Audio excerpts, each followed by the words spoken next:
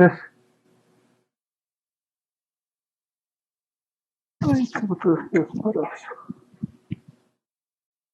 ¿Listos para empezar? Creo que ya están casi todos.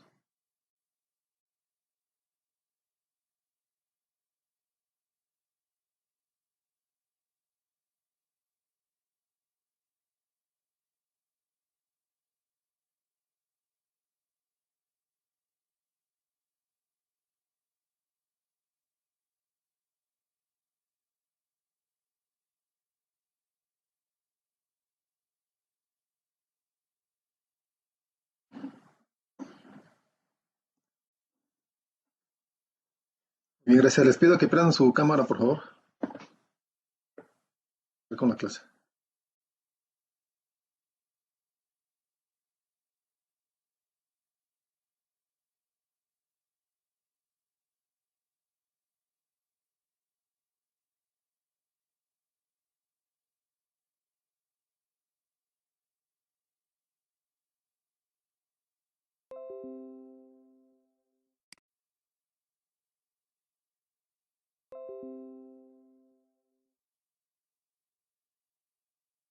Bueno, vamos a comenzar. Creo que falta por ahí. Ah, no, y ahora sí ya estamos todos.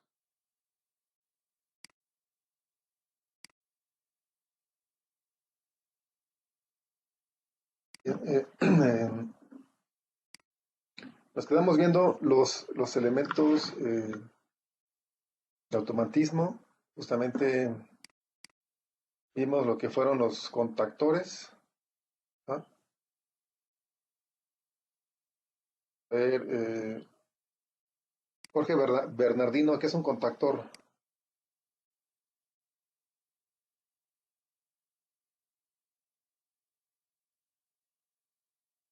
Pues viene siendo un contacto, un switch, un interruptor Ajá. que lo podemos abrir y cerrar. Ok, ¿cuál es su principal aplicación?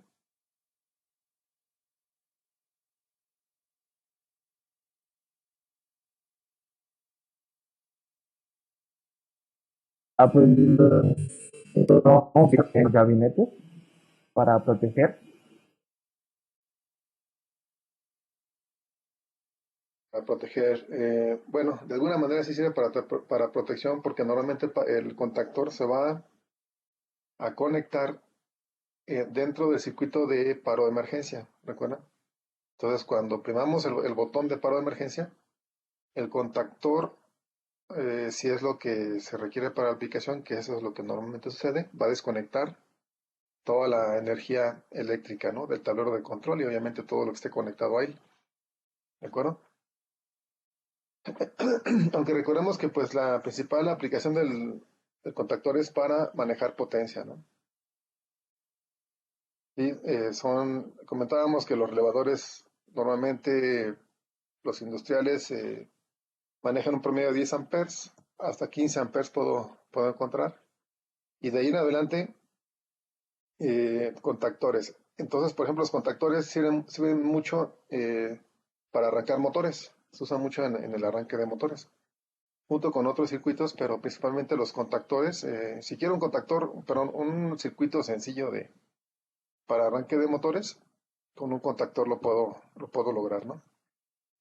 Esto porque, pues obviamente soportan altas corrientes, ¿vale? Y lo importante, hay que checar, como habíamos comentado, la corriente típica y la corriente máxima que soporta el contactor, ¿no? Asimismo, necesitamos verificar que la carga que le vamos a meter no exceda esos límites, ¿no? Tanto la corriente típica como la corriente máxima, que en el caso de los motores, pues es el pico de arranque.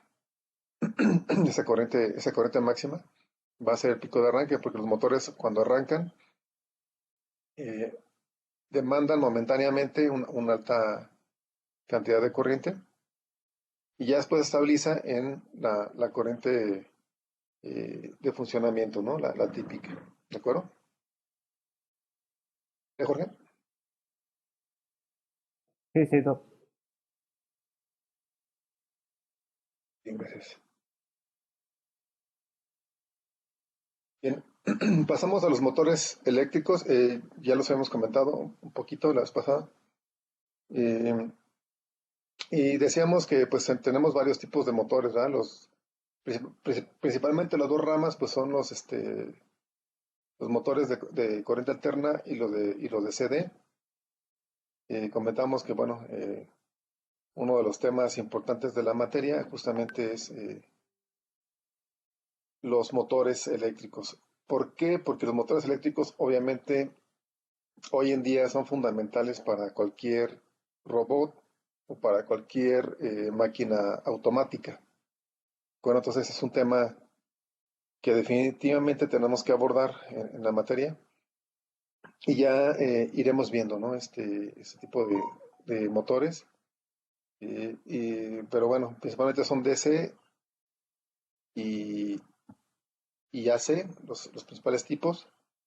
Obviamente tenemos pues distintas derivaciones en esos tipos. Por ejemplo, de AC comentábamos, pues primero asíncronos, síncronos, de los asíncronos, y son motores jalo de ardilla, de los síncronos y son de anillos deslizables o de carbones, o hay diferentes tipos. Hoy en día también si son motor jaula de ardilla, ¿verdad? Que son los famosos también de inducción. Entonces hay una serie de motores en ese sentido. Y comentábamos también sobre los servomotores, ¿no? ¿Estamos de acuerdo? A ver, Mauricio, otro voluntario. Mauricio, por favor, ¿cuál es la diferencia entre un servomotor de jovismo y uno industrial? La precisión con la que lo vamos a mover. Eh, Fíjense, aquí a lo mejor no sé si quedó muy clara la clase pasada. La, la principal diferencia entre estos motores es el tipo de construcción, ¿no? El de jovismo es un motor que no es de uso industrial, es decir, no es tan robusto. Está construido en base a un motor de CD, ajá, un motor CD con escobillas eh, y con un sensor potenciómetro. Hablando de los servitos convencionales, ¿verdad? Porque obviamente podemos encontrar, yo he encontrado de ese tipo de motores de jovismo con encoders, ajá, y con motores sin escobillas, incluso, y son de jovismo. Claro, son mucho más caros. Pero en general son motores CD y potenciómetro, ¿no? Lo que llevan, el típico, el más económico. Y ya los industriales recuerdan que son motores brushless. ¿Qué quiere decir brushless? Me dice que es brushless, ¿Sin escobillas? sin escobillas, ¿no? ¿De acuerdo? Son motores sin escobillas y por lo mismo pues son muy, muy robustos y se van a utilizar para aplicaciones industriales. Eh, Viridiana, una pregunta, ¿qué significa la palabra servo? Retroalimentado, ¿no? Alimentado, correcto. Por eso a los motores de jovismo les podemos llamar sus servomotores porque tienen una retroalimentación. Los motores industriales, servomotores industriales, pues también traen retroalimentación, ¿no? Empezando porque traen internamente todos los sensores magnéticos de efecto Hall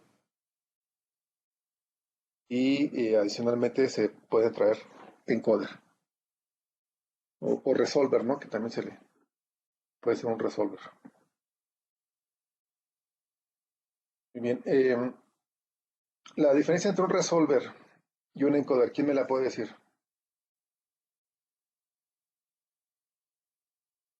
La diferencia entre un resolver y un encoder.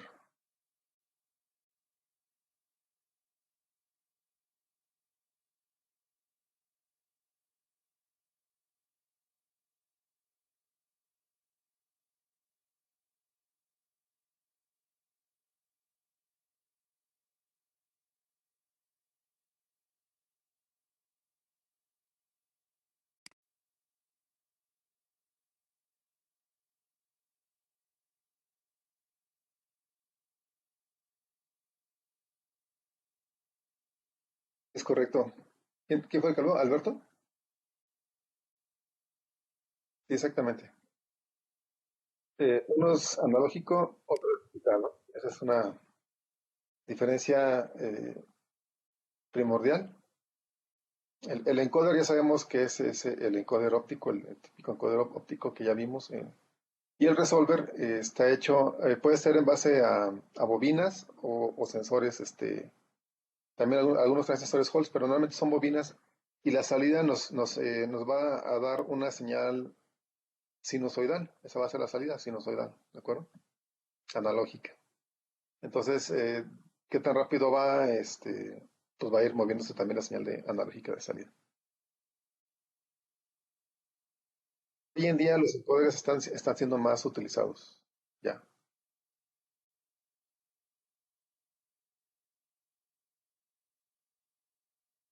Muy bien. Entonces, bueno, los controladores.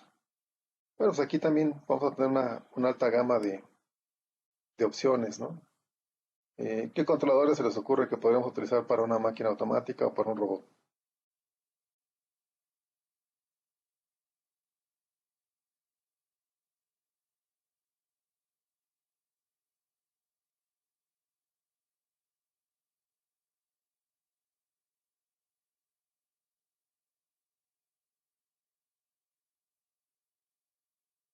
¿Se refiere a los Sí, dispositivos?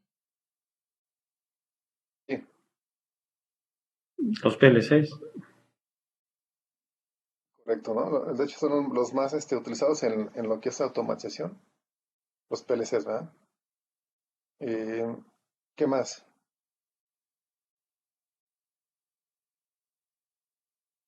Variadores de frecuencia. Aunque fíjese que aquí, en estos controladores, a lo mejor se puede entender como justamente como un controlador en general, pero está más orientado a los controladores para control de motores. Ajá. Entonces, PLCs digamos que sería más bien como el cerebro, ¿no? Y aquí el controlador está más específico al control de motores. Normalmente en una línea automática vamos a tener controlador que va a mover al motor eléctrico y el PLC que le va a dar comandos a ese controlador para, no sé, por ejemplo, setearle alguna velocidad o alguna posición. ¿De acuerdo? Entonces aquí esta de controladores es más referente a los drivers, ¿no? Básicamente a los drivers, que en inglés se le conoce como drivers. Entonces, variador de frecuencia es uno. ¿Para qué me sirve el variador de frecuencia? Para variar la frecuencia. Sí, pero ¿cuál es la aplicación? ¿Para controlar Ah, qué? puedes controlar velocidad ¿Un motor de qué tipo?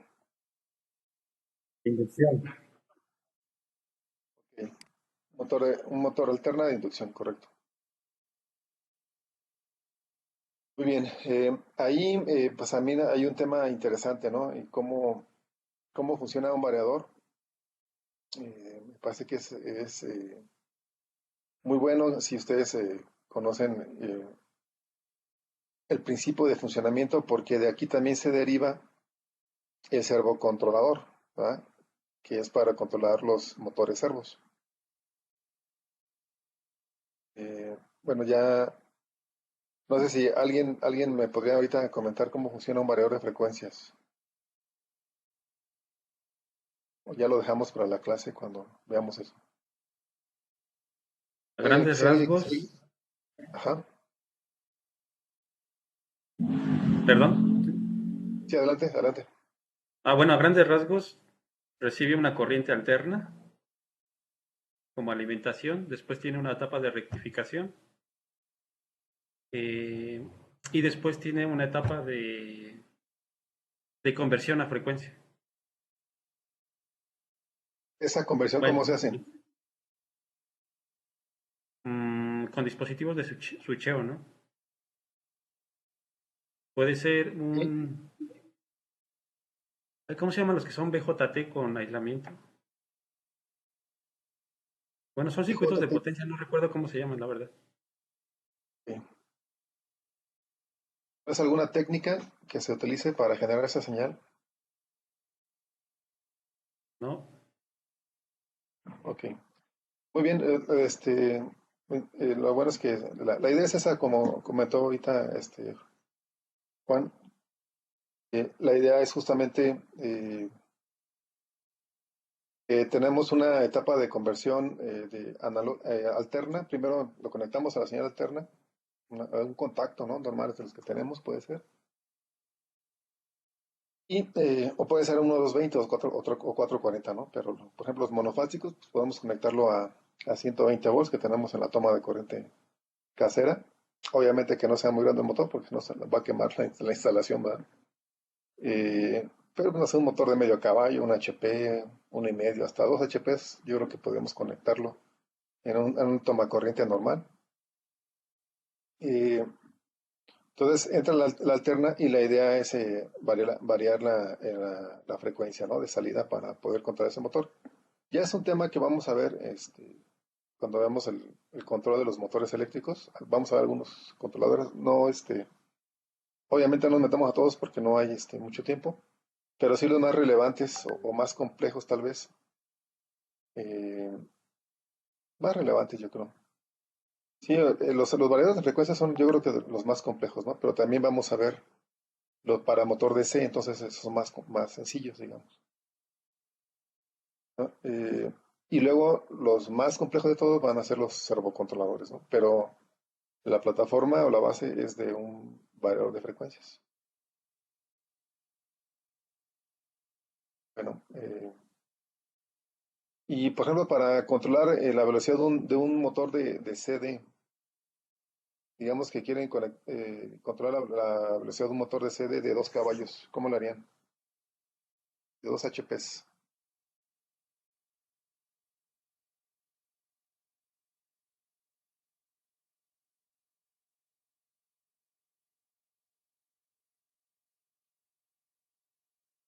Motores grandes, no sé si se puede ocupar igual PWM. Sí se puede utilizar. Pero en sí el PWM es una técnica, ¿no? Este, es la técnica con la que tú varías la frecuencia, pero así como en el variador, ¿no? ¿Qué es lo que lleva físicamente, que lleva, ¿no?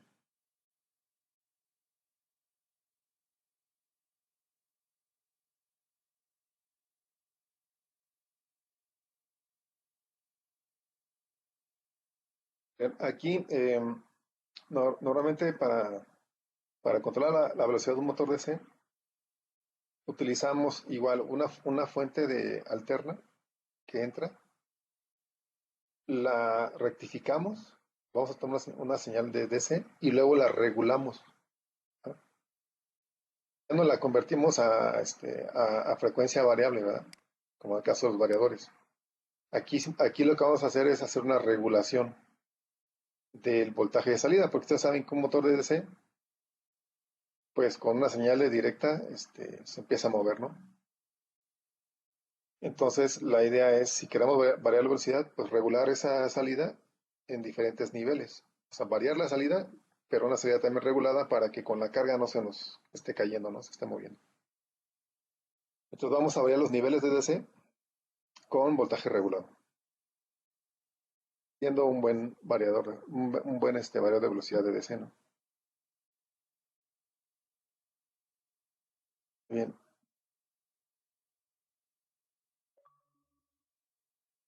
Luego vienen los elementos neumáticos y los grippers. Esos, la neumática la vamos a ver justamente, ya empiezan con la siguiente clase el viernes. Van a empezar con la neumática, ¿no? Eh, e hidráulica, ¿no? Aquí va a ser neumática e hidráulica. Y los grippers, bueno, pues ya sabemos que son las herramientas que tienen los brazos manipuladores para sujetar cosas, ¿no? Elementos mecánicos, pues obviamente se refiere a todos los mecanismos que vamos a utilizar para la máquina, ¿no? Y ya piezas móviles, y algunas placas para prensas, no sé. una infinidad de elementos mecánicos que ya va a depender del diseño de la máquina. Vienen los PLCs, ¿verdad? Los famosos PLCs que ya por allí en la digamos, algunas clases vimos eh, cómo llegamos a los PLCs, ¿no? Después de una cierta evolución, pasando por la lógica de relevador, ajá, hasta llegar a los PLCs, que decíamos que ya cuentan con, obviamente, operaciones lógicas, pero también con timers, contadores, entradas de conteo rápido, se pueden agregar tarjetas para control de motores, ya son muy, muy flexibles, ¿no? Y los tenemos que son, los que son,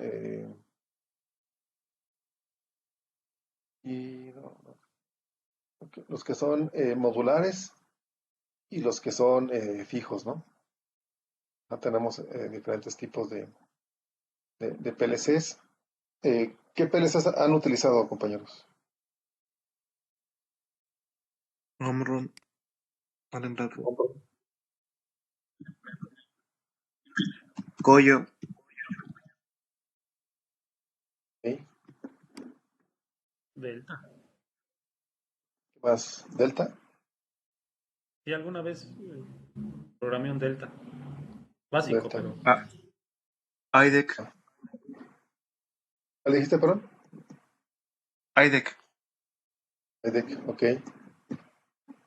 Y ya los tenemos de diferentes precios también, ¿no? Yo alguna vez vi un PLC chino que costaba 1,000 pesos. Entonces también hay de diferentes, hay unos ya muy económicos. Por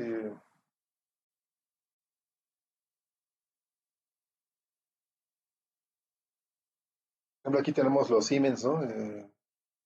Que son, que pueden ser los logos, pueden ser modulares. Tenemos PLCs también.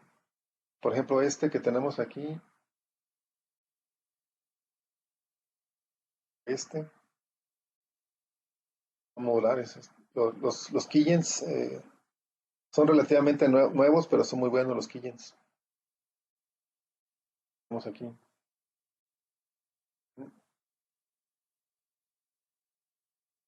¿Alguien ha manejado Mitsubishi?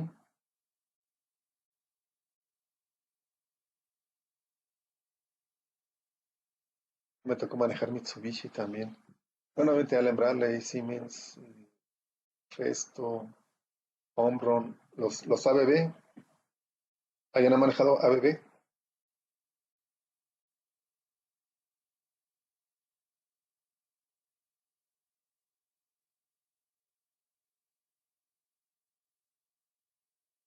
Uno de los PLCs que tenemos, a ver, es el CPX, es el CPX X1.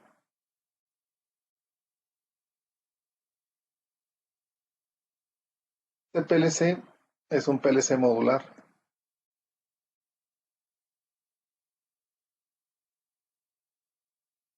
PLC modular,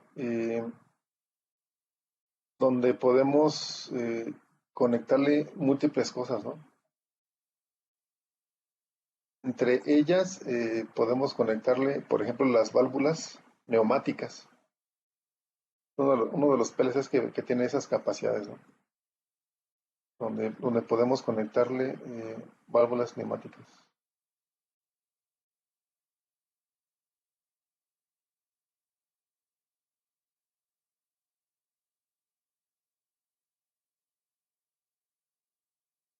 Por aquí tengo otros.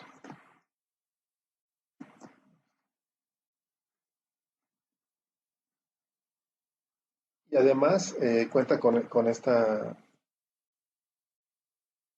digamos, ventaja, ¿no? Que lo podemos programar en Codesys. Recuerden que por ahí comentamos algo del Codesys. Que el Codesys es pues ya un lenguaje global, ¿verdad? Esa es la ventaja del Codesys. Incluso el Keygens, por ejemplo, el que es relativamente nuevo, también se programa en Codesys. Puede programar en Codesys, ¿no? Porque, por ejemplo, Festo también tiene algunos lenguajes como el paso a paso, que son lenguajes propios de Festo. Pero también ya, pues ya prácticamente de todos sus PLC se pueden programar en Codesys, todos sus modelos, ¿no? Lo que vemos aquí en la imagen esta es el CPU. Y ya de ahí vamos armando el rack. Y aquí está todo lo que podemos meterle, ¿no?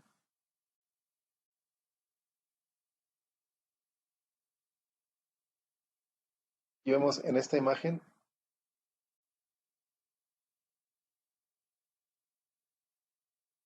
estas líneas que se ven aquí. ¿Ven el mouse, verdad, compañeros? ¿Sí ven el mouse? Me ha pasado que luego no se ve el mouse. Sí, sí se ve. Ok. Toda esa parte que está aquí son válvulas neumáticas. Entonces, me da esa gran flexibilidad de que puedo unir en el mismo árbol del cuerpo del PLC, puedo meter las válvulas neumáticas. Ajá, entonces, para hacer control neumático está genial porque no tengo que estar cableando, ¿verdad? Válvula por válvula, sino que simplemente llego y conecto las mangueras. Además, este PLC puede estar en el intemperie. Entonces, no es necesario que yo lo meta al gabinete. Ya si lo meto al gabinete, pues sería un poco más latoso estar sacando todas las mangueras, ¿no? Pero como está preparado para trabajar en el intemperie, tiene clasificación o protección IP68, entonces incluso le puede caer agua y no le pasa nada. Así es de que puedo ponerlo afuera y conectar todas las mangueras de la neumática, ¿no? Aquí en las válvulas. ¿De acuerdo? ¿Alguien había manejado este PLC? No, puro Siemens, como este chiquito.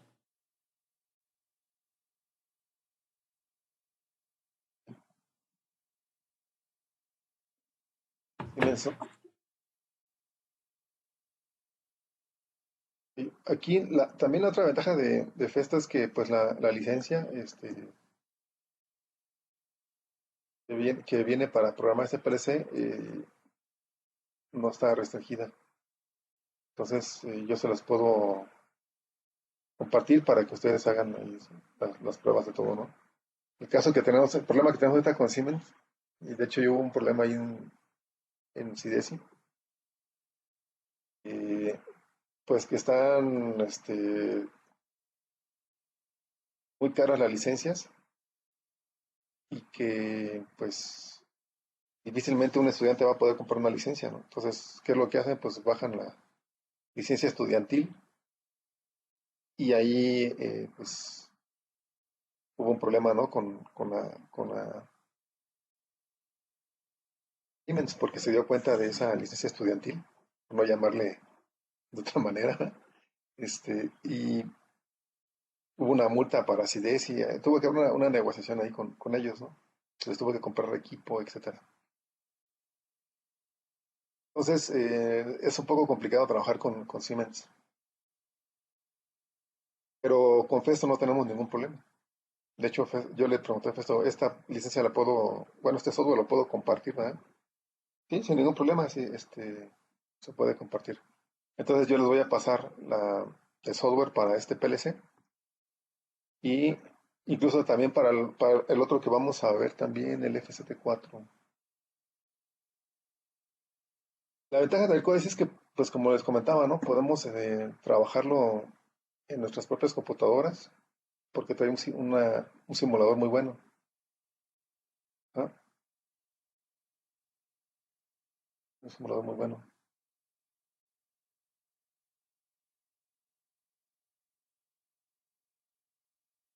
Y el FST, bueno, es el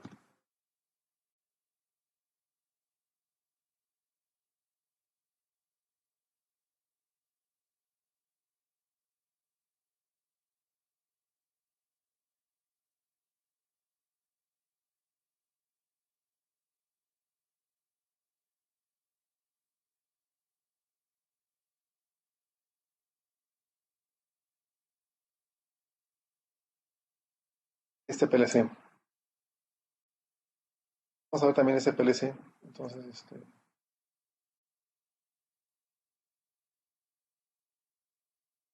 SPLC se programa un lenguaje especial de Festo. Obviamente también en escalera, ¿no? Todos los PLC se pueden programar en escalera.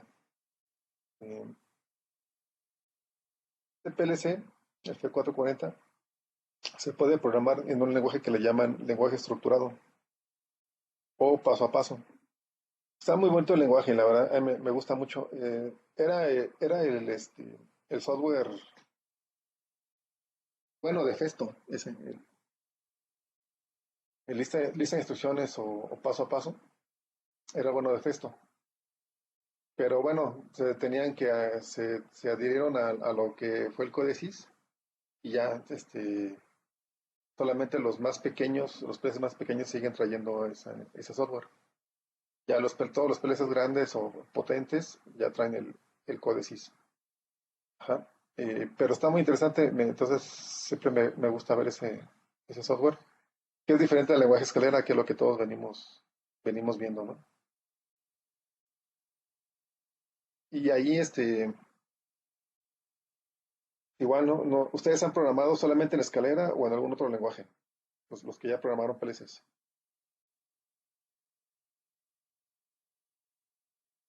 Solo en escalera, pero es muy tedioso. Bueno, yo siempre estuve buscando una técnica de síntesis, es como, no sé si más lógica o no sé si haya técnicas para programar la escalera.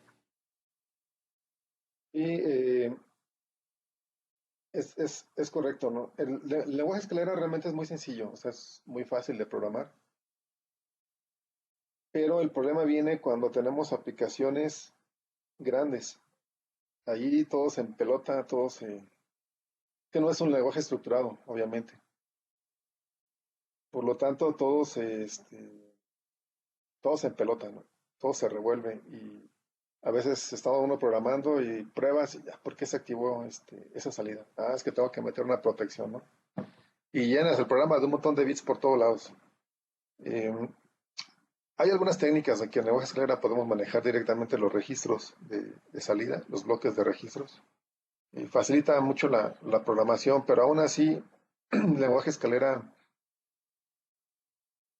no es un lenguaje estructurado. Por lo tanto, para hacer aplicaciones ya grandes, pues sí, como que se complica, ¿no? Me ha tocado a mí,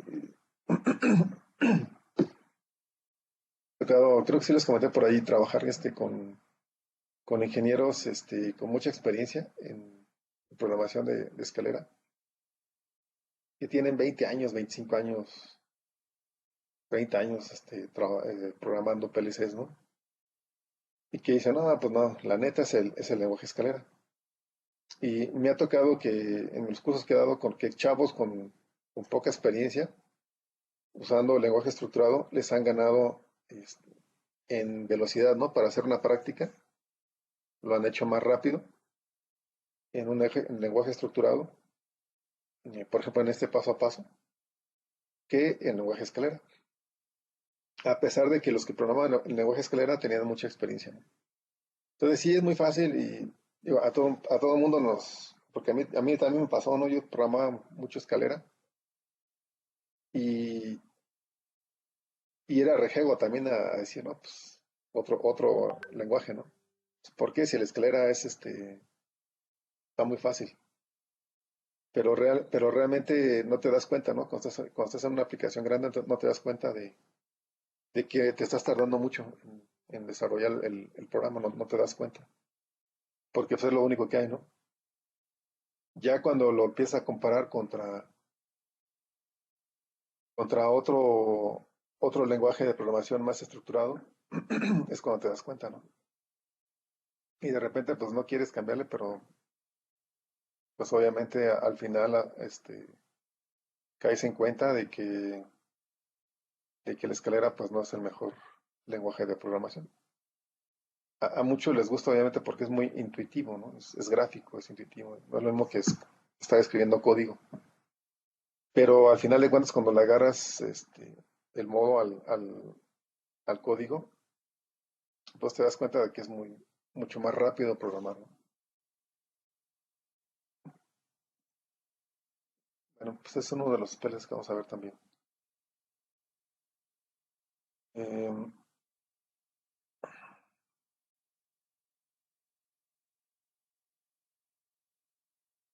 y sí, el tema va a ser la cuestión de la experimentación, pero bueno, vamos a hacer algunos programas y los podemos compilar, ¿no? Por lo menos. Y en el caso del Codesys, del Festo, pues ahí sí podemos probar y hacer muchas cosas. Bueno, bien. PLCs, aquí lo son. Vamos a pasar a las fuentes de poder. Dice que las fuentes de poder pues parecen un componente que nada más debe de ponerse y ya, ¿no? ¿Ah? Un componente que digo, no, pues ocupa una fuente de tantos amperes y tan, ¿no? Eh, pero resulta que tiene un trasfondo bastante interesante, ¿no? No sé, por ejemplo, a ver, de fuentes de voltaje, fuentes de poder de voltaje, no sé, de 24, bueno, de voltajes hasta 24 volts, digamos, o hasta 50 volts, que son las más o menos típicas. Eh, ¿Qué tipo de fuentes conocen? Digo, no hablemos de las fuentes, porque hay fuentes de AC, hay fuentes de... No, no, hablando específicamente de fuentes de DC, ¿ah? Para así como aplicadas hacia automatización o la robótica. ¿Qué tipo de fuentes conocen?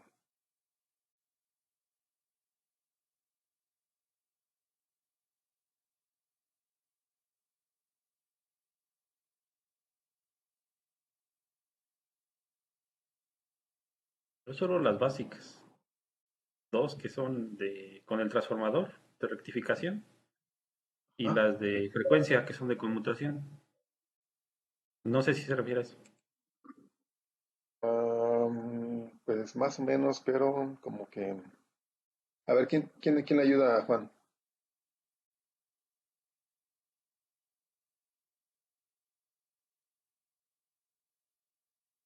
A ver, Alberto Pantoja. ¿Cuáles tipos conoces?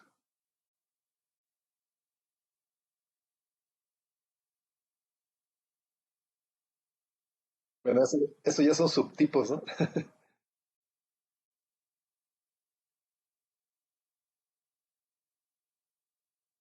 Ok, ok, gracias, Alberto. A ver, Gerardo, ¿qué nos puede decir, Gerardo?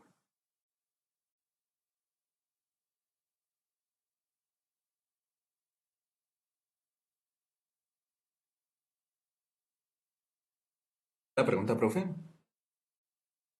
¿Y qué tipos de fuentes conoces de ese?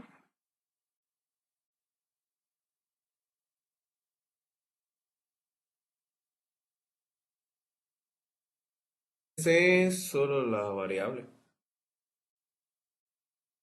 La variable, ok.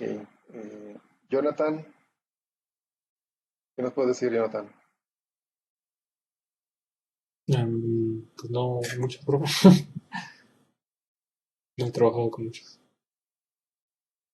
DPI. Está bien, sí. Gracias, Jonathan. Jorge, Pues solo conozco como las de la computadora, o por ejemplo las que tienen salida 5, 12, 24 volts y manejan cierto amperaje, nada más. sí, gracias. Tema,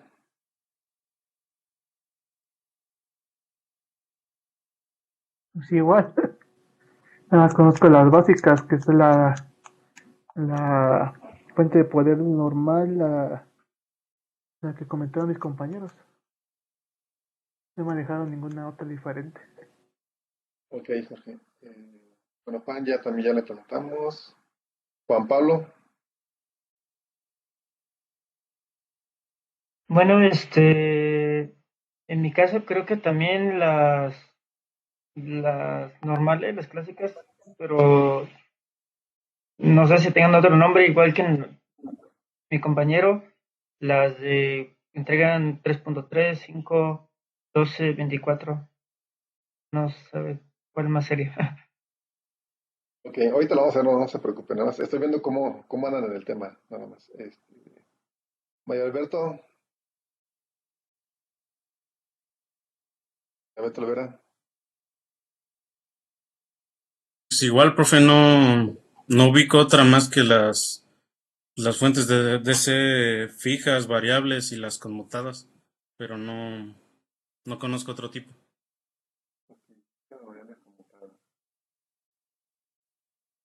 Inicio. También igual, profe, las de 5, 12 que son fijas y las que podemos variar, nada más.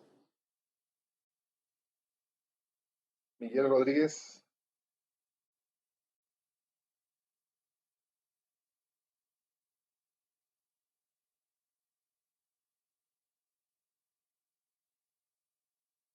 Miguel, no te escuchamos.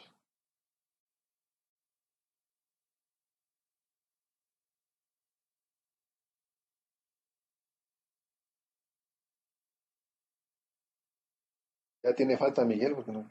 Nada más se puso ahí, pero no está presente.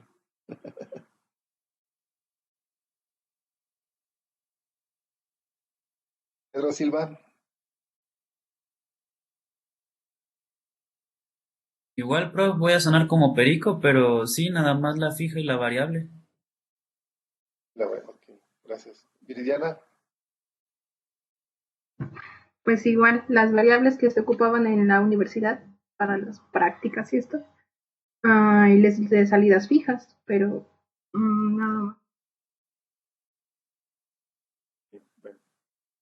Muy bien, no se preocupen. Aquí esta parte les comento, parece como algo sin importancia, de repente. Pues, mete una fuente de poder, la que, la que sea, ¿no? Y nada más que la capacidad. Si quieres una variable, mete una variable. Si quieres una fija, pues mete una fija, ¿no? Pero acá la pregunta, pues obviamente va dirigida hacia el tipo, de fuente, ¿no? ¿Cuál es su principio de funcionamiento? Y dentro de ese principio de funcionamiento se deriva, por ahí Juan José, Juan Hernández, ¿no? Casi le da clavo, ¿no? Andaba muy cerca, nada más confundió ahí algún término. Pero típicamente tenemos dos tipos de fuentes. Las, las fuentes lineales, ajá, y las fuentes conmutadas. ¿De acuerdo? Dentro de los dos tipos de fuentes, obviamente tenemos variables y fijas. Ajá. Entonces, digamos, eso de que sea variable y fijo, pues ya es una subclasificación, ¿verdad? Las principales, las dos fuentes principales que tenemos de ese son variables y fijas. Perdón, ya lo estoy cometiendo igual. Son lineales y conmutadas, perdón. Son los dos tipos de fuentes que tenemos en DC, ¿verdad? Lineales y fijas. Ahora, ¿cómo funciona una fuente lineal? A ver, ¿quién me puede decir? Ya una vez que vimos lineales y fijas, ¿cómo funciona una fuente lineal? ¿Tienen alguna idea de cómo funciona? A ver, por ejemplo, a ver, Mauricio, a ver, Mauricio, funciona una fuente lineal. ¿Cómo piensas que podría ser una fuente lineal? Digo, conmutada más o menos como que bueno, pues conmutada más o menos la ubico, ¿no? Pero a ver, una fuente lineal, ¿cómo puede trabajar Mauricio?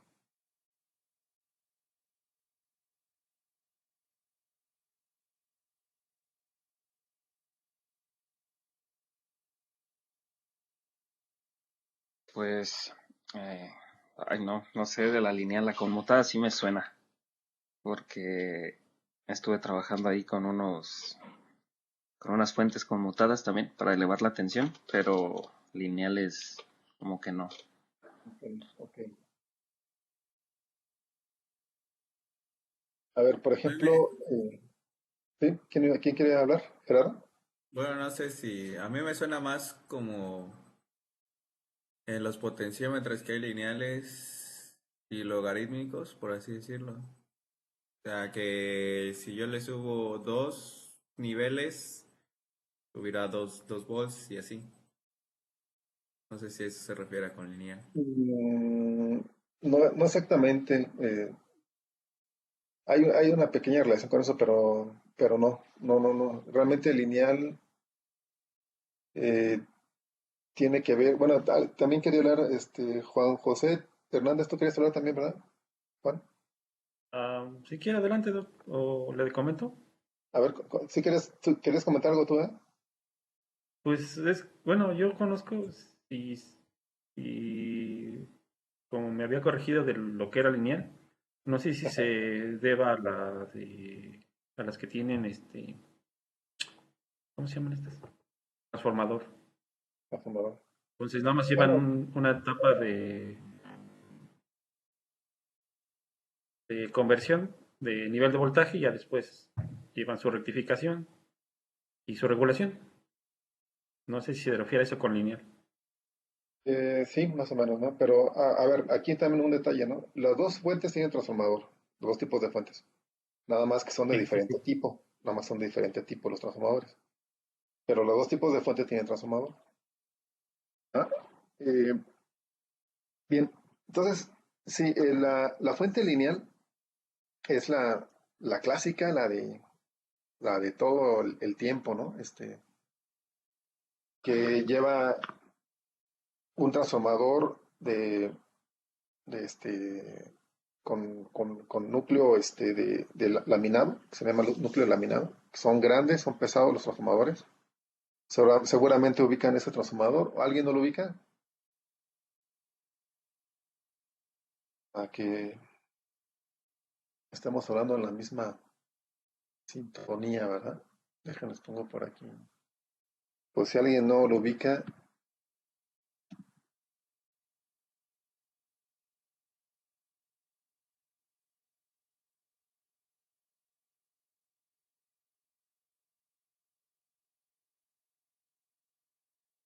esto mira, son los transformadores, ¿no? Seguramente los habrán visto por ahí en algún lado, ¿no? Como este. Es el típico transformador de núcleo laminado. Ajá, ¿de acuerdo? Y todos lo ubican, ¿verdad? O alguien que me diga que no.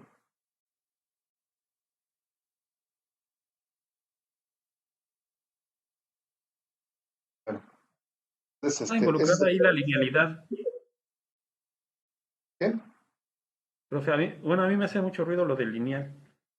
Ahorita hablando del transformador, se me ocurre que es o no sé si tenga que ver con la relación del número de espiras, que pues es una relación lineal, ¿no? Mm, sí, pero no se Conversión. refiere a eso. La lineal se refiere a la salida. ¿Ah? Y a la salida y a la técnica en la que está hecho, ¿no? Porque la salida va a ser analógica, va a depender de la corriente que le estamos suministrando a la tapa de potencia. Ajá. Va a ser lineal con respecto a la corriente que suministremos a la tapa de potencia. Pues ahí está la linealidad. Siempre va a ser lineal y siempre vamos a tener un voltaje de salida de voltaje continuo, ajá, con una linealidad con la corriente de excitación de la tapa de potencia. Igual la palabra lineal pues se da porque tenemos una salida lineal, ¿no? Así como que recta, pero tiene que ver con la relación de la corriente y que le suministramos y la salida de voltaje, ¿de acuerdo? Y tenemos una salida lineal además, ¿no? Que es un DC, es una línea, pues, la salida. ¿De acuerdo? En el caso de la conmutada es diferente. Entonces, bueno, vamos a llevar aquí, vamos a tener un transformador, después un puente de diodos y finalmente una etapa de regulación. Pudiera ser que no hubiera regulación y de todos modos se llama lineal, ¿no? Es decir, déjenles pongo, a ver si encontramos algún circuito. Ahorita como estamos aquí en línea, el error es muy sencillo, pero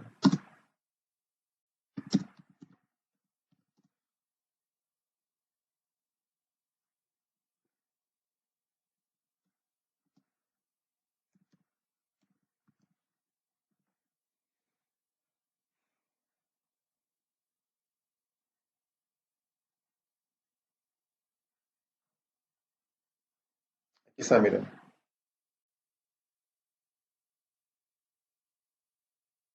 Las imágenes no son las que... Ahí está. Fuente de alimentación lineal, ¿no?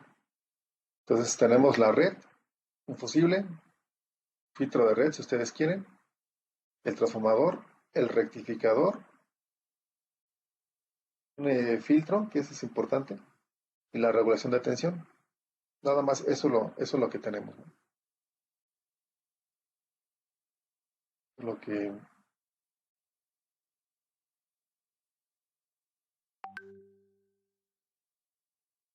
describe a una fuente lineal. Pudiera no haber un regulador. Hace tiempo, antes de las, por ejemplo, a ver, otra pregunta antes de pasar a eso. Las fuentes que ubican las fuentes de laboratorio.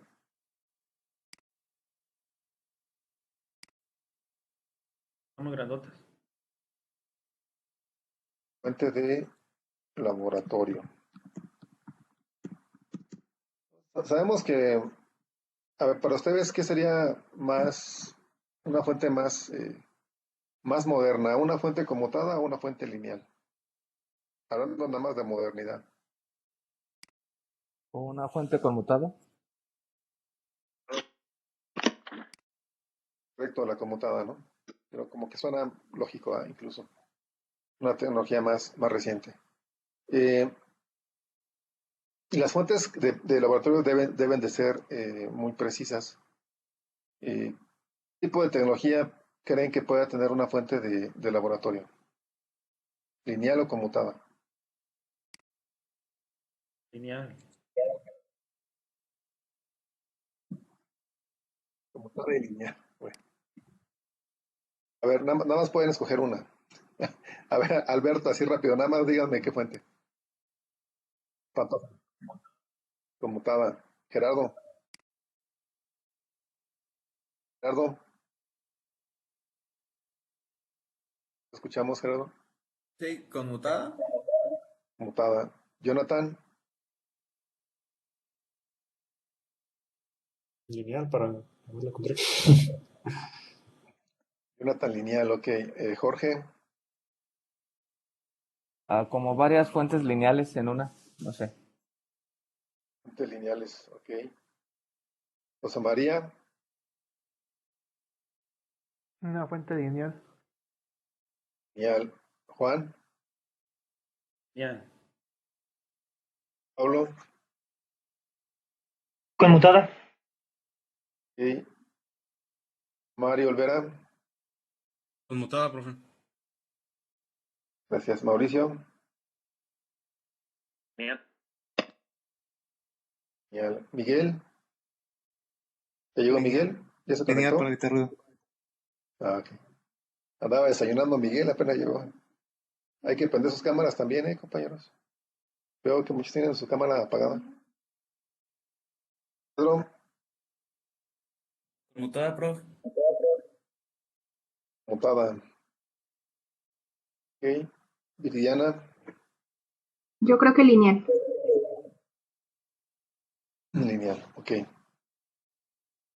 Bueno, pues Las dos. esa es la pregunta del millón.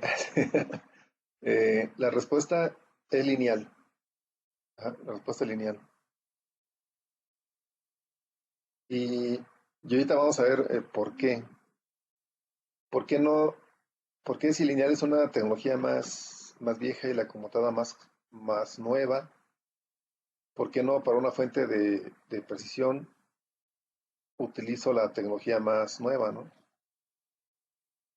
¿Perdón? Ahora, la fuente de poder que tenemos en una PC, no en una laptop, sino en una PC, ¿qué tipo de fuente será? ¿Conmutada o lineal? Conmutada. Conmutada. Conmutada, conmutada. ¿Alguien que diga lineal? ¿Valiente? Nada más decirlo, aunque no sea cierto. ¿Cómo? Y nada más lo digo, aunque no sea cierto. Creo que es lineal. Ya hubo un valiente, ya ves, a pesar de que todos decían conmutada lineal. Pero bueno, desafortunadamente no por ser valientes también, ¿verdad? Pero, mira, pues aquí Jorge tiene una. A ver, ¿qué es, Jorge? ¿Conmutado o lineal? Creo que lineal, por lo que la vi al desarmarla. ¿Qué viste cuando desarmaste? ¿Qué te Un acuerdas? transformador, el puente de diodos y unos capacitores. Igual dependiendo para la salida de los voltajes. ¿Está pesada o está ligera esa fuente? ¿Tienes tú? ¿Es pesada o es ligera? Como 1 kilo de tortillas. 1 kilo de tortillas, ok. Entonces, relativamente ligera, ¿no? Porque las fuentes de laboratorio pesan como unos 20 kilos de tortillas, más o menos. Pues fíjense que qué bueno que Jorge mostró ahí la fuente porque la levantaba con mucha facilidad. Y fíjense que ese es una característica que diferencia a las conmutadas de las lineales. Es una característica importante. Entonces, esa fuente que estaba levantando Jorge es una fuente conmutada. ¿De acuerdo? Las conmutadas, justamente por ser una tecnología más moderna, digo, si la relacionamos con esa parte de la modernidad, pues obviamente la tendencia es hacer las cosas más chicas y más ligeras, ¿no? Entonces, el peso nos puede decir de ya si es conmutada o es lineal. Una fuente lineal entonces va a ser mucho más ligera que una fuente, pero una fuente conmutada va a ser mucho más ligera que una fuente lineal. ¿Esto a qué se debe?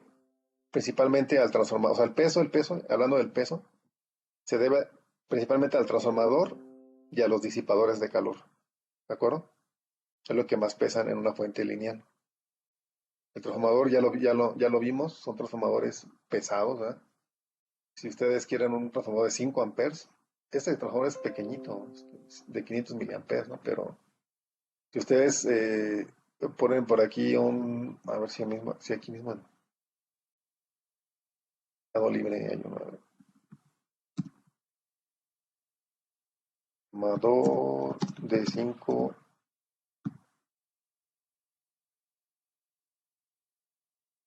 Los cargadores de celular lineales también, ¿no? Por ejemplo, esos transformadores no están 1 ampere, 5 amperes, ¿no? Es un transformador mucho más grande, más pesado.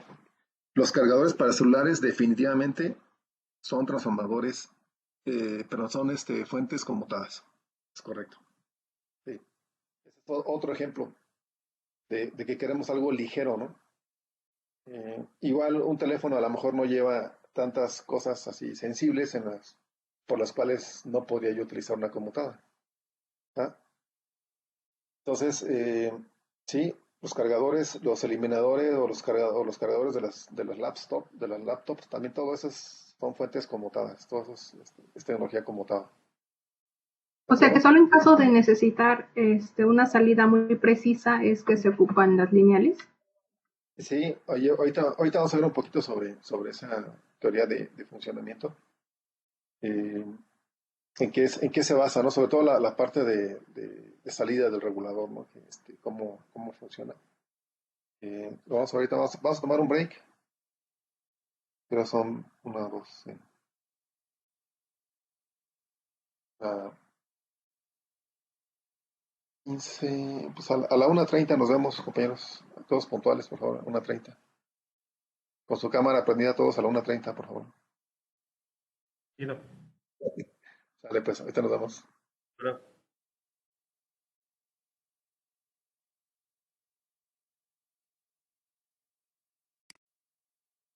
Todavía con la cámara apagada.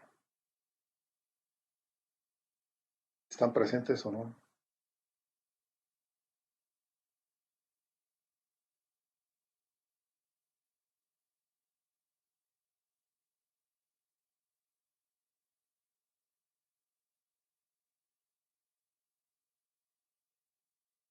Eh, entonces, lo que les comentaba de las fuentes lineales, ¿no? Y aquí tenemos algunas imágenes de fuentes conmutadas.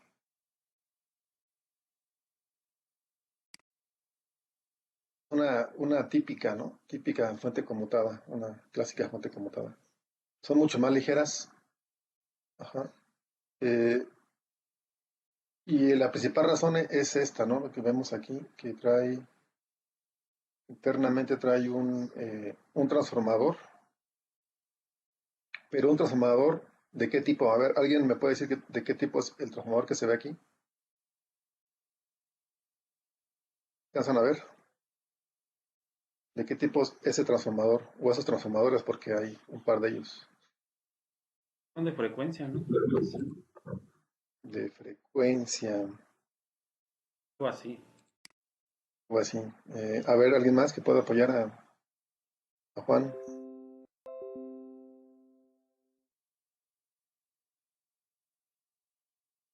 ¿No? ¿Nadie? ¿Ricardo?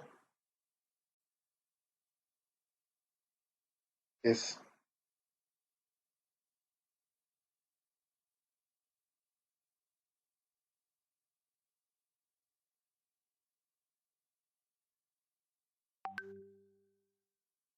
Gerardo, ¿ya te conectaste?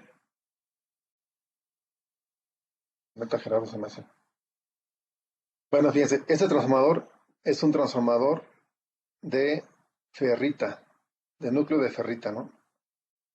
Normalmente los vamos a distinguir por el núcleo.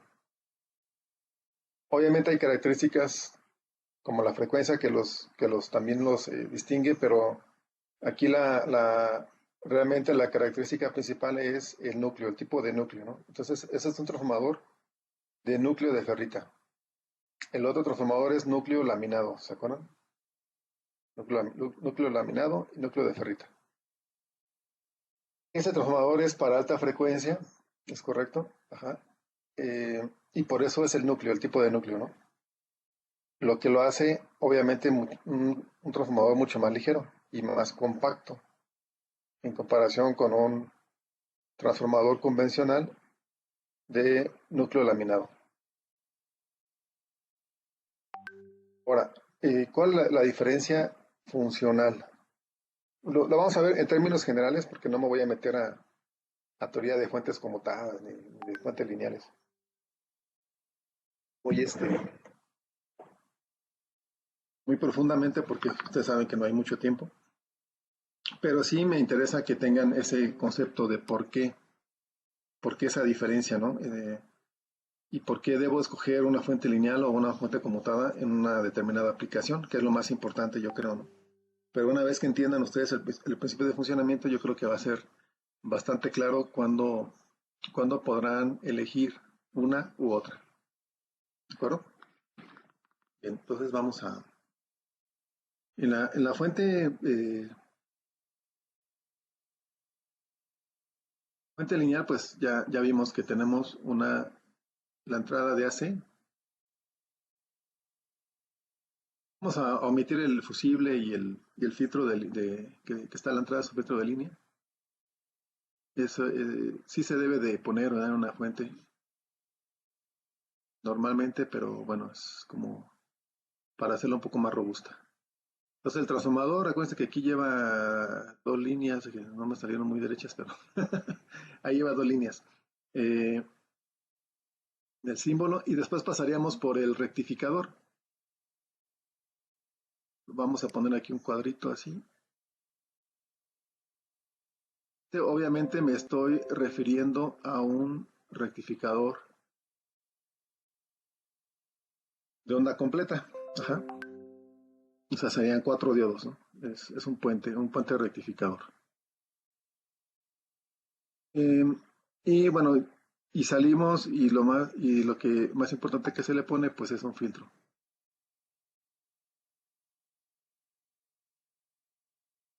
Ya en este caso un capacitor, normalmente es un capacitor electrolítico. Y aquí ya tendríamos una salida de tensión directa, ¿no? Porque pues acá entramos y tenemos señal de AC, es así, ¿no? Es una señal senoidal.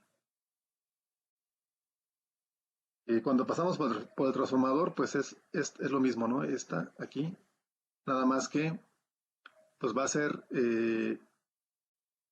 dependiendo de la entrada, puede ser 127 la entrada, y si el transformador es de 24 volts, pues vamos a tener una señal de 24 volts de salida, ¿no? Aquí, pero de AC, 4, pero va a ser AC, ¿de acuerdo?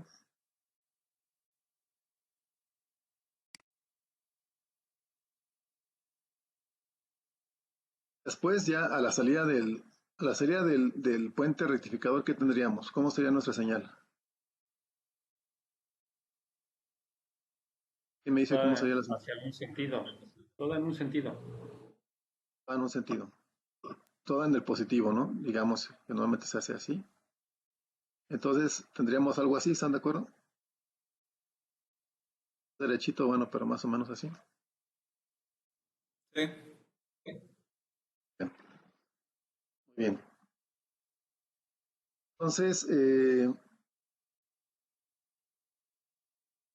tendríamos a la salida del capacitor. ¿Cómo sería la señal? Tendríamos que poner una resistencia, ¿no? Para ver la carga y descarga, que ahí solo va a estar cargando. Bueno, obviamente estamos considerando que vamos a conectarlo ya a una carga, ¿no? Pero suponiendo que aquí ya hubiera una carga, ¿qué veríamos aquí en la salida? La señal rectificada. Casi lo mismo, pero no cae a cero. Las onditas, pero no caen a cero. Digamos algo así. Hay un poco. Así, ¿no?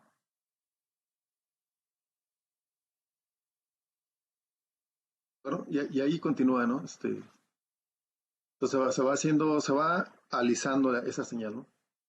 Y ya dependiendo de qué tantos filtros, pues podríamos al último tener una salida lineal prácticamente, ¿no? Con una pequeña ondulación, pero pues casi lineal, ¿no?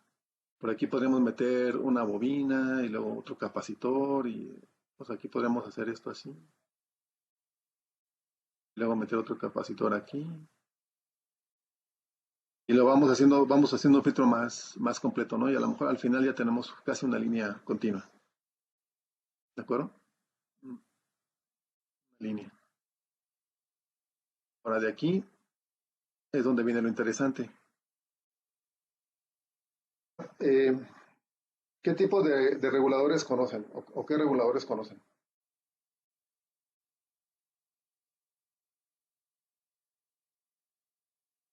PID.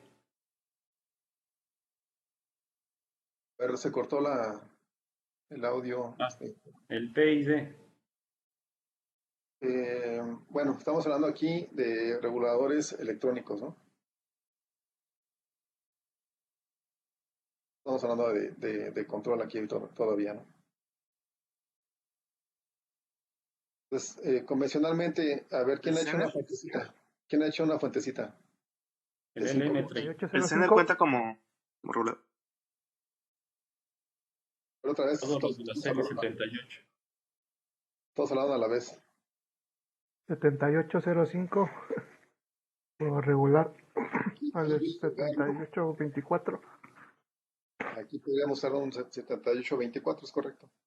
Tenemos 05, tenemos el 08, tenemos el 7810, 7812, 15, 18 y 24, me parece, que mal no recuerdo. 79, ¿no? Y luego tendríamos los complementarios, ¿no? Que ya son los mismos, pero con el 79. Y el M317. Bueno, esos son los fijos, ¿no? Con 78. Y de ahí tendríamos otros reguladores que son los variables, ¿no? Como, bueno, Juan, el M317, el M350. 337.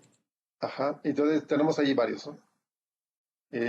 ¿Alguien ha usado 7805? Seguramente sí, ¿no? Sí. ¿Y qué estabilidad han visto?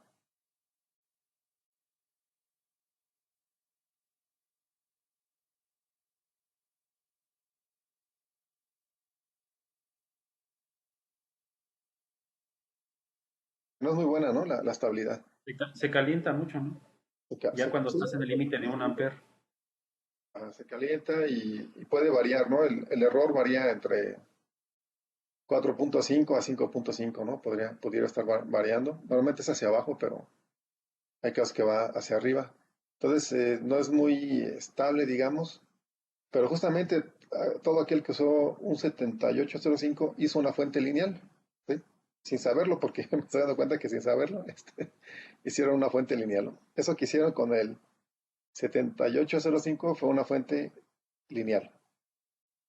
¿Vale?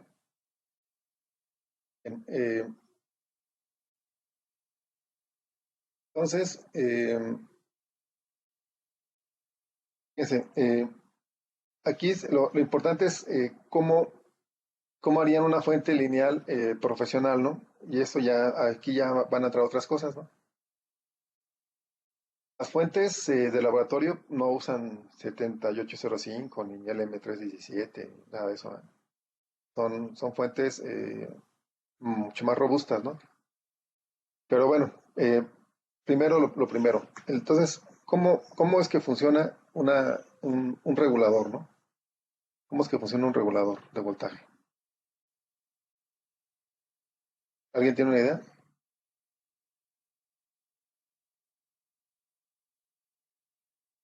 Por medio de la retroalimentación interna de sus transistores. Hay una retroalimentación. ¿Es algo como funcionan los diodos Zener? Puede ser un diodo Zener, aunque el diodo Zener realmente pues no es tan exacto, ¿no?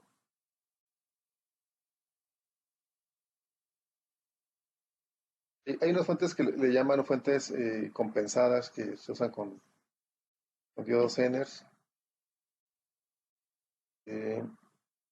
Pero bueno, aquí lo interesante es ver entonces cómo se hace esto. Mira, normalmente lo que tiene una fuente lineal a la salida ya de las pros es un transistor,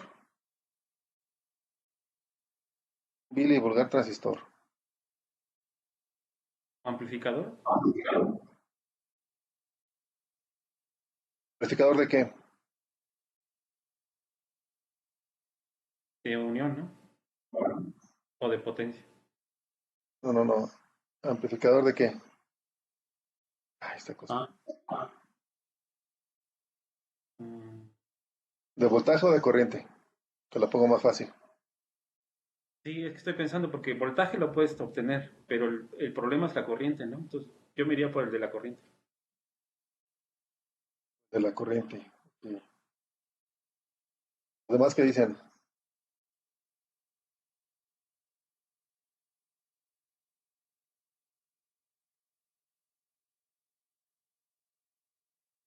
A ver, un transistor por definición, ¿qué es?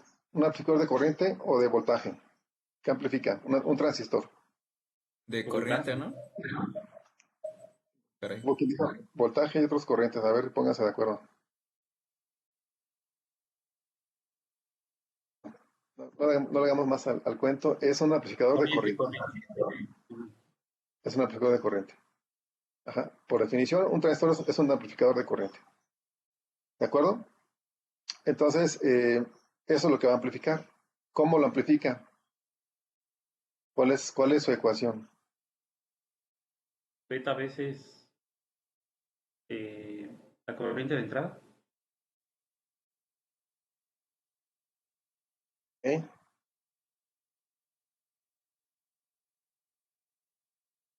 La ecuación de un transistor, ¿cuál es? Es esta, ¿no? IC es igual a ¿qué?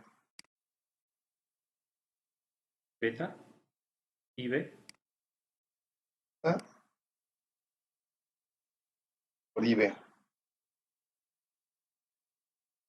acuerdo? Esa es la ecuación fundamental del transistor. Entonces, así una fuente de corriente lineal, pero una fuente de voltaje lineal, es lo que hace aquí ya iríamos a su salida. Obviamente, este punto de aquí lo vamos a llamar tierra. Entonces, la salida va a estar con respecto a quién? Tierra, ¿no? Al negativo realmente. ¿Sale? ¿Estás de acuerdo? Bueno, esa va a ser su salida, la salida de la fuente. Y ya depende de cómo movamos aquí la corriente de la base, va a ser el control, ¿no? Que tengamos. Entonces, como tenemos esta ecuación, si nosotros alimentáramos aquí una fuentecita, en las fuentes, por ejemplo, en las fuentes profesionales pueden encontrar referencias de voltajes, en varios puntos, ¿no? Por ejemplo, aquí, si yo, aquí podría tener una referencia de 5 volts, que no están en la salida, me refiero, es en el diseño interno, ¿no? 5 volts, vamos a poner, tuviera aquí 5 volts. Podría tener los mismos 12 volts de salida o 24, ¿no? Dependiendo del diseño de la fuente. Si tengo aquí 5 volts y yo tengo un transistor que me soporta 1 amper de salida, ¿cómo calcularían esto? Lo que necesito calcular, si yo necesito 1 amper de salida, vamos a suponer, es lo que me soporta el transistor finalmente, ¿no? ¿Cómo calculan esto?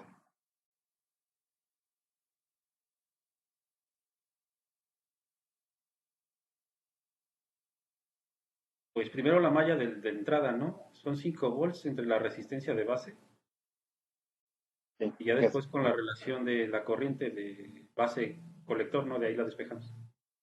Bueno, de hecho ya está despejada. Vamos a hacer esta mallita. Ajá. Entonces, ¿qué me dice la ley de Kirchhoff?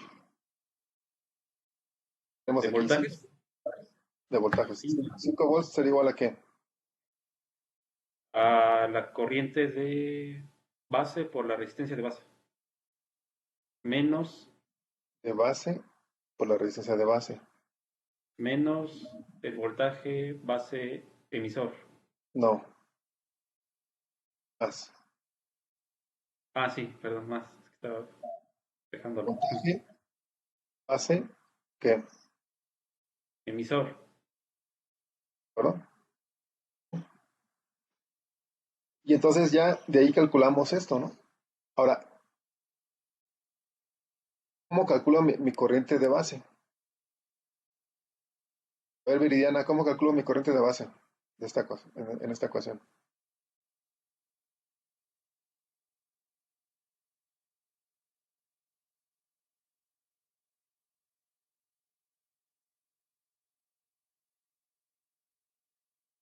No, la verdad no sé, profe.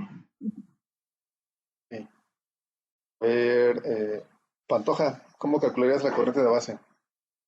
Si quieres 1 amper aquí a la salida, obviamente, ¿no? Es lo que queremos. 1 amper aquí a la salida. Verás, ok. Chema, Menos, no. Hace mucho que no. ¿no te No me desempolvas? acuerdo. No. Muy bien, Miguel. Andan las mismas. Bueno, a ver quién sabría cómo calcularlo. Pues si ya tenemos esa ecuación que describe, ¿eso no sería solo despejarlo? Es correcto, ¿no? Así de fácil, así de sencillo, ¿no? Esta corriente de colector normalmente se maneja como la corriente de colector máxima, ¿no? Esta, IC máxima. Esa sería máxima.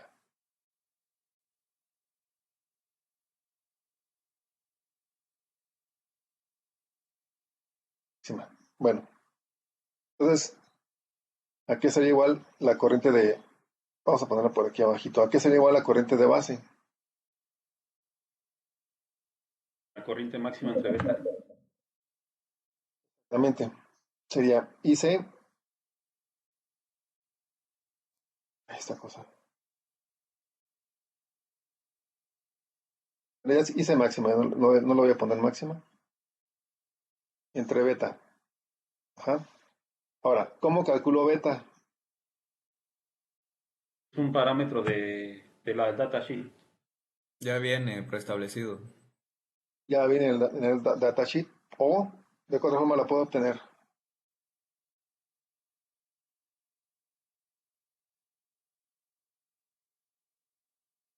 ¿De forma experimental? Puede ser de forma experimental, pero sería como muy tardado, ¿no? Midiéndola en el multímetro. Midiéndola en el multímetro, esa es la respuesta. Los multímetros, varios multímetros, bueno, cada vez menos, yo última vez he visto pocos. Antes era muy común que trajeran ahí una entrada para medir la beta de los transistores. Yo tengo uno por ahí que tiene para medir beta. Bueno, entonces, bueno, vamos a poner que tenemos una beta de 80. Ajá, una beta de 80. ¿Cuánto les daría la corriente de base?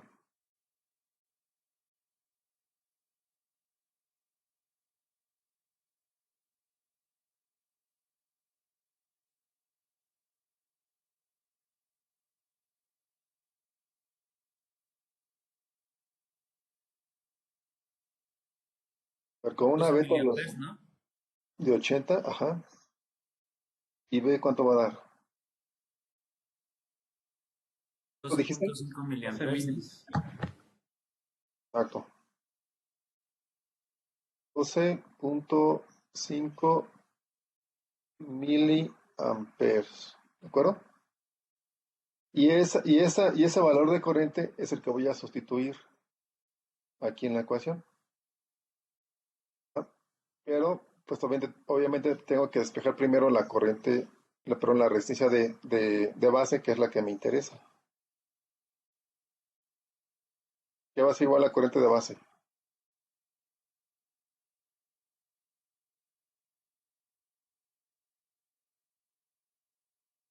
5 volts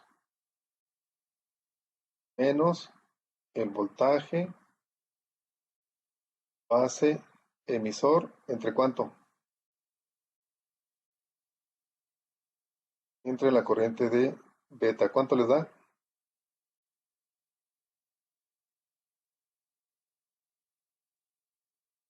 144 ohms.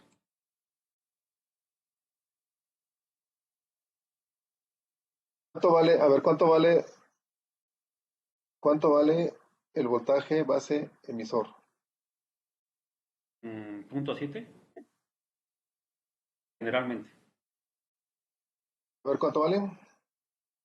.7 ¿Ok? ¿Por qué punto 7? Comenten los compañeros. Por la unión. Exacto. PN. La unión NP, ¿no? Esa es una NPN. Dice, NPN, sí, tienes razón. Ok, correcto. La unión PN que hay aquí entre la base y el emisor, ¿no? Tenemos una caída de 0.7 para transistores de silicio. Si el transistor fuera de germanio, ¿De cuánto sería la caída? Punto 3. 0.3. No, No. 0.6. ¿De acuerdo? ¿Cuánto les dio aquí? 44. 144, ¿de acuerdo?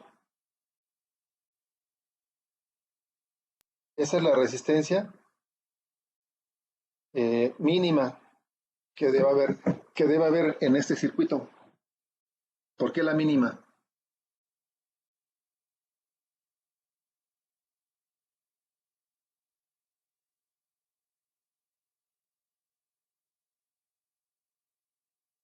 Esta es resistencia mínima. Para ¿Por qué? obtener un ampere.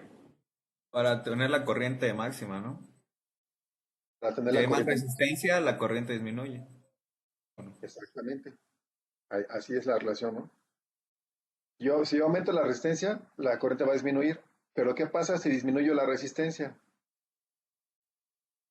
La corriente va a aumentar y entonces, recuerden que el transistor era de 1 ampere. ¿Se acuerdan que dijimos que era de 1 ampere? Sí. Digamos, hay unos 2N22 que son de 1 ampere, por ejemplo. Entonces, si yo sobrepaso ese 1 ampere, ¿qué va a pasar? Voy a quemar el transistor. Ajá. Eso es la resistencia mínima. Yo no puedo poner una resistencia más chica que esta. ¿No? Con esa resistencia tendría aquí 1 ampere, pero vamos a suponer, bueno, y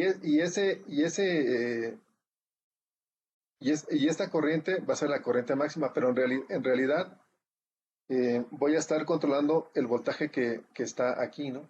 Este voltaje que viene aquí, yo lo voy a estar controlando. Voy a estar controlando. El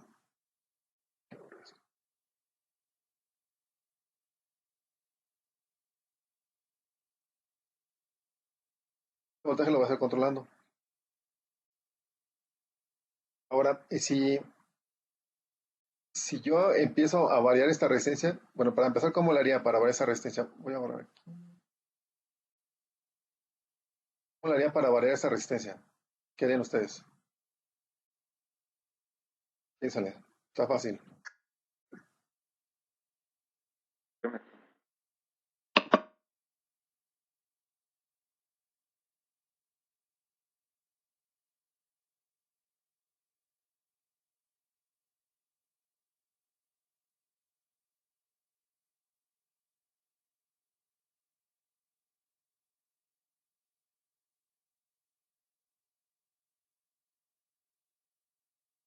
¿Cómo le harían para variar esa resistencia? Meten un potenciómetro, ¿no? Así de fácil. Metemos un potenciómetro. ¿Resistor?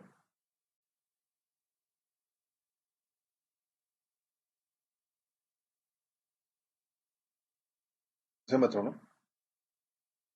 Lo más viable. Ahora, voy a ponerlo aquí. El color. Aquí voy a poner mi transistor, mi potenciómetro. Va a ser un potenciómetro, ¿no? ¿De acuerdo? Variable. Y siguen entrando los mismos 5 volts. ¿Vale? ¿Por qué no quité esta resistencia de aquí? ¿Por qué no quité esta? Porque siempre hay que tener Para una proteger. Debe tener un mínimo. Exactamente. Para proteger. Esa es la respuesta correcta. Para proteger, ¿no?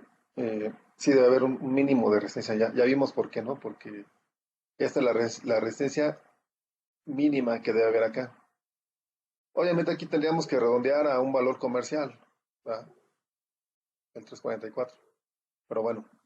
Entonces debe haber una resistencia mínima aquí que es de protección. Por eso no la quito. Porque el potenciómetro yo bien podría ponerlo en 0 ohms. Y si lo pongo en 0 ohms, ¿qué va a pasar? Pues voy a quemar el transistor, ¿no? Abajo de 344 ya voy a empezar a dañar el transistor. Por eso si pongo esta, pues ya elimino esa variable, ¿no? De que Cuando yo tenga el potenciómetro en 0 ohms, pudiera dañar el transistor, o abajo de 344, ¿no? ¿Vale? Y empiezo entonces a aumentar esa resistencia. Cuando yo aumento, fíjense, cuando yo tengo 1 amper, ¿en qué está trabajando el transistor? Está trabajando el transistor con 1 amper. Si 1 amper es la máxima corriente del transistor, ¿cómo está trabajando este transistor? Saturación. En saturación. Ajá. ¿Cuántas regiones de trabajo tiene un transistor, Mauricio?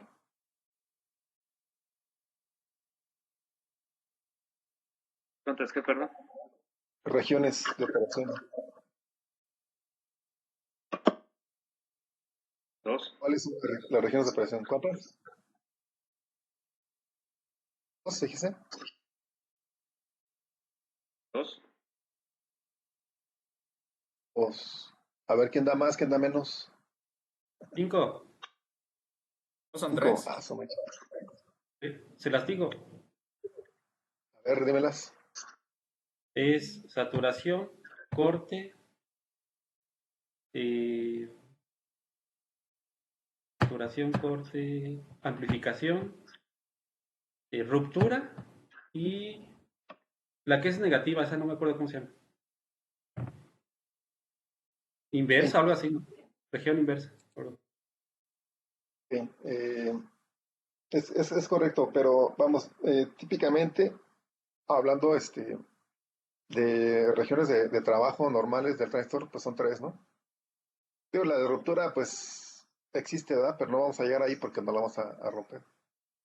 Negativos, pues ya ahí depende de mi diseño del circuito. Normalmente utilizo un PNP, no un NPN. ¿De acuerdo? Entonces, típicamente son 3 regiones de operación. Voy a borrar ya esta parte de aquí.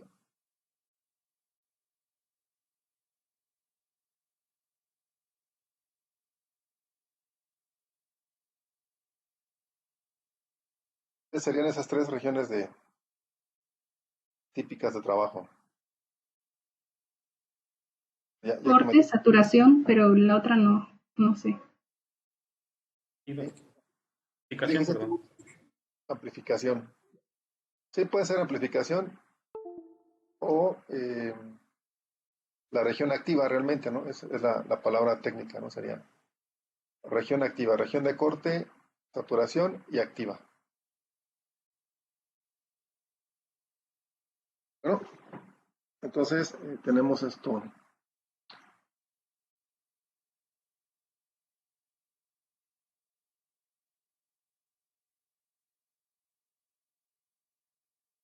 Aquí.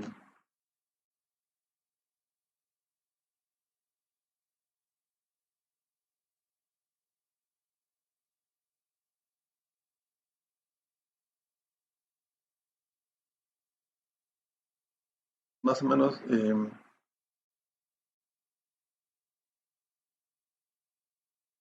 digamos las curvas de operación que bueno, van a ser específicas para cada transistor, ¿no? ¿Sí?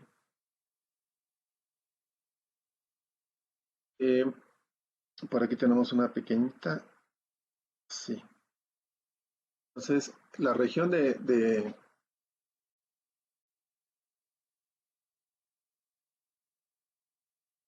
¿y cuál sería? Esta región de aquí, ¿cuál sería?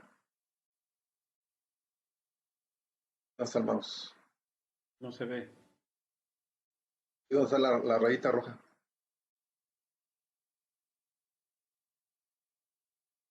¿Qué región sería? ¿Ya la alcanzan a ver o no? Sí, digo. Sí, la alcanzamos a ver. Ok, ¿esa región cuál es? Toda esta, miren, esa es una región. Esa es la de corte, ¿no? Esa es la de corte. Entonces, aquí vamos a tener corte. Voy a ponerlo por aquí.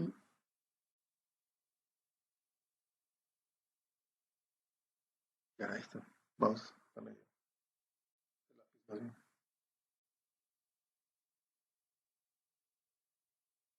La bomba tiene esta cosa aquí. Bueno, ahí es corte. Pues vamos a poner aquí arriba.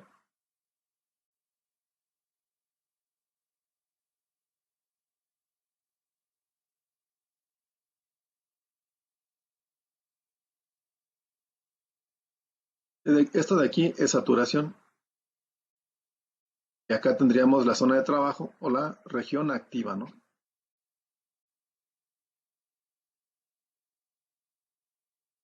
Todas las que están entre las dos líneas rojas serán mi región activa.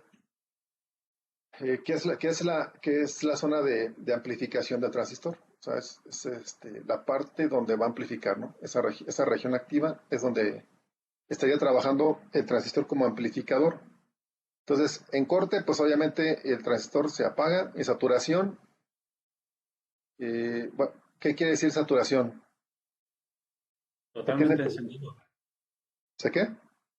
Se enciende o conduce. ¿Y en activa entonces no conduce o qué? Sí, pero ahí por niveles. Por eso hay que diferenciar, ¿no? Saturación es donde el transistor llega a su máximo, a la máxima corriente que puede manejar. Ajá. Y por eso se satura, ¿no? Esa es la máxima. Y ya la región activa es donde el transistor funciona como un amplificador. En la región activa, ahí va a ser como un amplificador. Es decir, voy a estar variando la corriente y voy a tener una variación en la salida del transistor. ¿De acuerdo?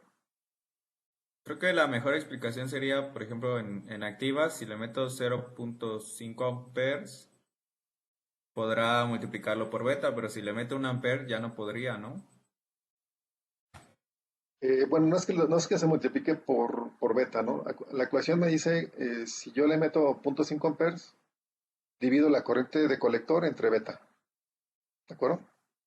Esa es la ecuación. Pues aquí está amplificando. La corriente que entre va a amplificar. Va a amplificar. Y la otra región de saturación, ya por más que yo varíe la corriente de entrada, ya no va a variar mi corriente de salida. O sea, la corriente de colector ya no va a variar. Se va a mantener constante. Aunque yo siga variando la corriente de beta, ¿no? ¿De acuerdo? Entonces es una región donde ya el transistor está en su saturación. Ya no me va a responder a cambios. Va a estar conduciendo lo máximo. ¿Entienden? Corte, pues ya estás apagado, ¿no? Bien, entonces, justamente para hacer una fuente lineal, yo voy a estar trabajando el transistor en la región activa. Ajá, en esa región activa donde voy a estar trabajando. ¿Vale? Cómo trabaja una fuente lineal en la región activa del transistor. Entonces, cuando yo esté variando aquí el potenciómetro, pues voy a estar cambiando el voltaje de salida. ¿Por qué? Bueno, pues porque aquí voy a tener una resistencia en la carga. Va a haber una resistencia